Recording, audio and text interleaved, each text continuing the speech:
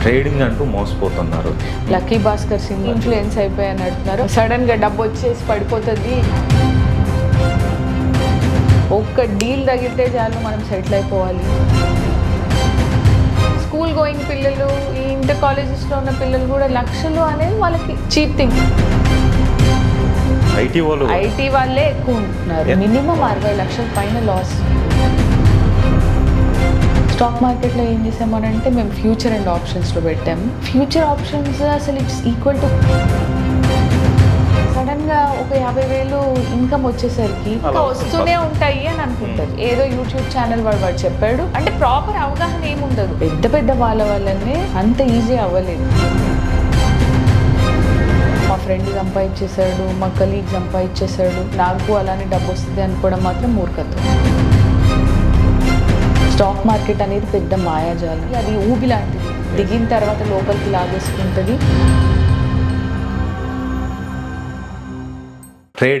Trading అంటూ మోసపోతున్నారు. చాలా cases చూస్తున్నాం మేడం. అసలు తెలిసిన సర్కిల్లో కూడా వినిపిస్తుంది ఈ నేమ్. మీ దగ్గరికి చాలా కేసెస్ వచ్చి ఉంటాయి. అసలు వాళ్ళు ఎలా మోసపోతున్నారు, ఆ ట్రాప్లో ఎలా పడుతున్నారు, వాళ్ళు క్లయింట్స్ వచ్చి ఏం చెప్తున్నారు మీకు అసలు? ఈ స్టాక్ మార్కెట్లలో ఈ రీసెంట్ డేస్లో లాస్ట్ 2 yearsలో విపరీతంగా డబ్బు అనేది మోసపోయారండి. ఒకటి జానర్ ఏమో నిజంగా స్టాక్ మార్కెట్లలో ఇన్వెస్ట్ చేసి డబ్బు పోగొట్టుకున్న వాళ్ళు. ఇంకొక జానర్ ఏమో సైబర్ క్రైమ్ మోసగాళ్ళ చేతిలో స్టాక్ మార్కెట్ అనే వలలో పడి మోసపోయిన వాళ్ళు. 2 డిఫరెంట్ జానర్స్.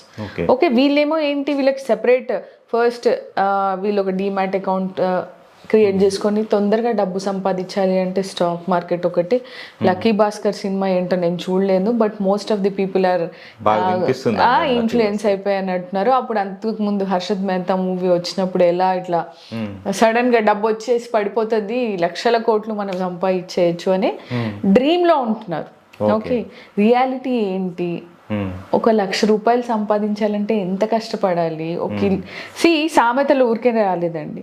పూర్వం ఏమనేవాళ్ళు, ఇల్లు కట్టి చూడు, పెళ్లి చేసి చూడు అనేవాళ్ళు. ఆ 2 ఫుల్ఫిల్ చేశారు అని అంటే ఇంకా వాళ్ళ జీవితం సార్థకమైనట్టు. అలాంటిది 30 yearsకే ఒక పెద్ద లావిష్ ఇల్లు ఉండాలి, ఇంటి ముందు కారు ఉండాలి, బ్యాంక్ నిండా బ్యాలెన్స్ ఉండాలి, వైఫ్ ఒంటి మీద విపరీతంగా నగలు ఉండాలి. ఇవన్నీ రిటైర్మెంట్ టైంకి రావాలి మేడం. వీళ్ళేమో 30 yearsకి సంపాదించాలి అని అనుకుంటున్నారు. సంపాదించాలి అని అనుకోవడము హార్డ్ వర్క్ కాదు, స్మార్ట్ వర్కే వర్కౌట్ అవుతుంది అని అనుకోవడము. Hard work with smart work 2 కలిపితే సక్సెస్ వస్తుంది. ఎక్కడ స్మార్ట్ వర్క్ చేయాలి, ఎక్కడ హార్డ్ వర్క్ చేయాలి అనేది తెలియాలి. 2 ఉండాలి జీవితంలో. హార్డ్ వర్క్ చేసే వాళ్ళు పిచ్చోళ్ళు. అసలు కొడితే కోట్లలోకి వెళ్ళిపోవాలి మనం, ఒక్క డీల్ తగిలితే చాలు మనం సెటిల్ అయిపోవాలి.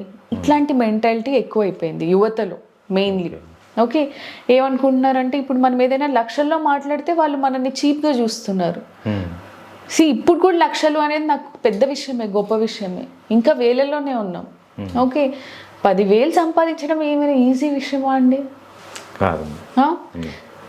లేటెస్ట్ ఒక 10th పాస్ అయిన పిల్లోడు ఉన్నాడు, వాడి తర్వాత ఎడ్యుకేషన్ లేదు అనుకుందాం. 10,000 సంపాదించాలి అని అంటే ఎంతో కష్టపడాలి. అలాంటిది లక్షలు కూడా మాట్లాడారు. చిన్న పిల్లలు కూడా, స్కూల్ గోయింగ్ పిల్లలు, ఈ ఇంటర్ కాలేజెస్లో ఉన్న పిల్లలు కూడా లక్షలు అనేవి వాళ్ళకి చీప్ థింగ్ అనమాట. ఇంకా అలాంటిది 25 years వచ్చిన వాళ్ళకి ఎలా ఉంటుంది అని అంటే వాళ్ళంతా కోట్లలోనే ఉంటాయి. Most of the times 25 years పైన వాళ్ళే ఉంటారు.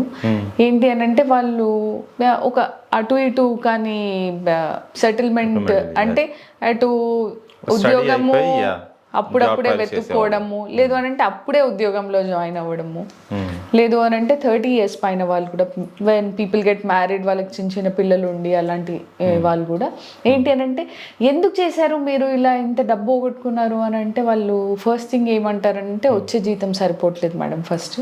ఓకే, ఆల్దో వాళ్ళు 1,50,000 2 లక్షలు జీతం నెలకు వస్తున్నా కానీ ఐటీ జాబ్స్లో ఐటీ వాళ్ళే ఎక్కువ ఉంటున్నారు. ఎంత లాస్ అవుతున్నారు మేడం? ఎవరిని పట్టుకున్నా కానీ కోట్లలోనే ఉంటున్నారండి. మినిమం 60 లక్షల పైన లాస్ వాళ్ళే కనిపిస్తున్నారు.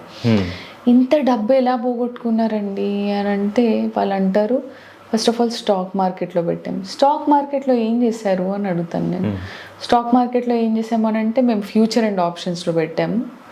ఫ్యూచర్ ఆప్షన్స్ అసలు ఇట్స్ ఈక్వల్ టు గ్యాంబ్లింగ్ అనమాట. అంటే దాని గురించి ఎంతో అనాలిసిస్ రీసెర్చ్ ఉన్న వాళ్ళకే అది ఒక్కోసారి పైకి తీసుకెళ్తుంది, అంతే ఈజీగా కింద పడేస్తుంది.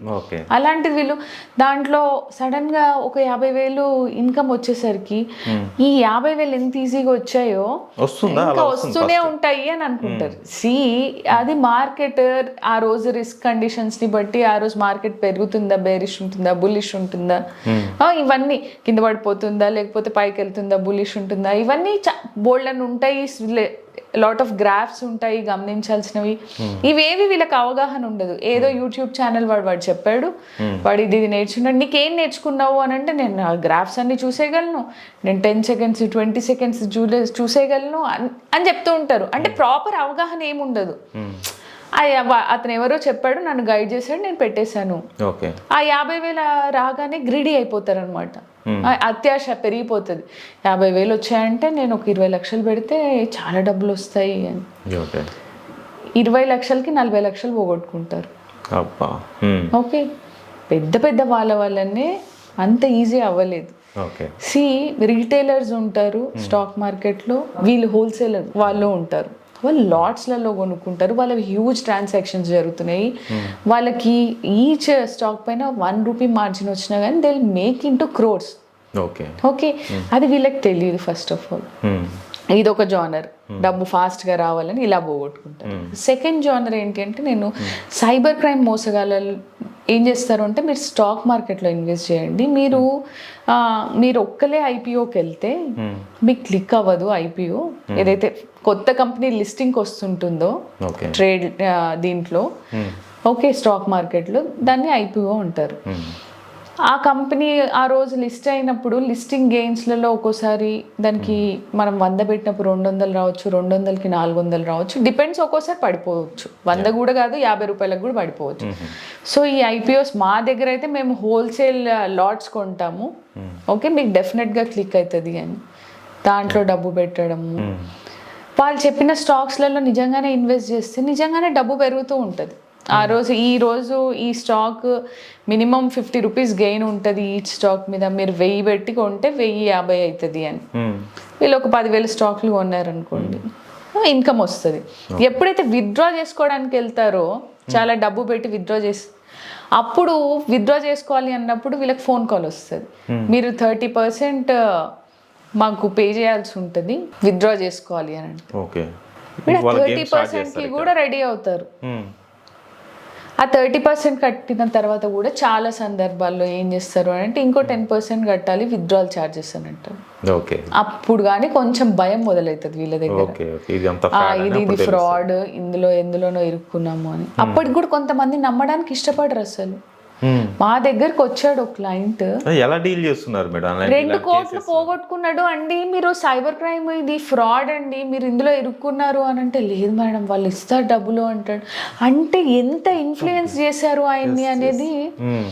రావండి డబ్బులు రావు, మీరు పోలీస్ స్టేషన్లో వెళ్ళి కంప్లైంట్ ఇవ్వండి ఫస్ట్ ఆఫ్ ఆల్ సైబర్ క్రైమ్లో. లేదు మేడం ఇంకా వెయిట్ చేసి చూస్తాను, వాళ్ళు ఇస్తా అంటున్నారు అని అంటారు.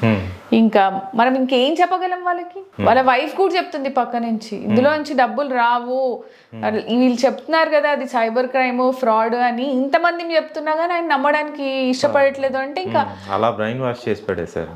ఆ భ్రమలోనే బ్రతుకుతున్నాడు ఆయన, నిజం రియాలిటీలోకి రావట్లేదు. సో ఎలా మరి వీరికి అంటే ఏమైనా రికవర్ చేయగలుగుతున్నారా అంటే? ఇట్లా సైబర్ నార్మల్గా స్టాక్ మార్కెట్లో లాస్ అయిన వాళ్ళకి మనం ఏం చేయలేం. ఓకే, ఈ సైబర్ క్రైమ్లో మోసపోయిన వాళ్ళు వెంటనే సైబర్ క్రైమ్ పోలీస్ స్టేషన్కి వెళ్ళాలి, పోలీస్ కంప్లైంట్ ఇవ్వాలి, వాళ్ళు ఎఫ్ఐఆర్ రెడీ చేస్తారు. ఆ రిపోర్ట్ని తీసుకొని మనము కోర్టులో పిటిషన్ వేస్తే వెంటనే వాటిని ఫ్రీజ్ చేయడం జరుగుతుంది. ఎందులో అయితే అకౌంట్స్లలో డబ్బు ఉంటాయో అవి మనకి రిటర్న్ వచ్చేస్తాయి. చాలా కేసులు టేకప్ చేశారు మేడం. ఒక కేసు గురించి మీరు చెప్పే లోపే మళ్ళీ అప్డేట్ అయిపోయి మళ్ళీ వేరే వర్షన్లో చేస్తున్నారు. సో చాలా వరకు వస్తున్నాయి. సో మీరు ఫైనల్గా వీళ్ళకి చెప్పే సూచనలు ఏంటి? స్టాక్ మార్కెట్ అంటే ఫస్ట్ ఆఫ్ ఆల్ ఈజీ కాదండి, ఎక్కడ ఈజీ ఈజీ మనీ అనే దానికి కోసం వెళ్ళకండి. ఈ అత్యాశ, ఈ గ్రీడీనెస్ పనికిరాదు. కష్టపడితేనే డబ్బు వస్తుంది. ఇది తెలుసుకుంటే యువతకు మంచిది.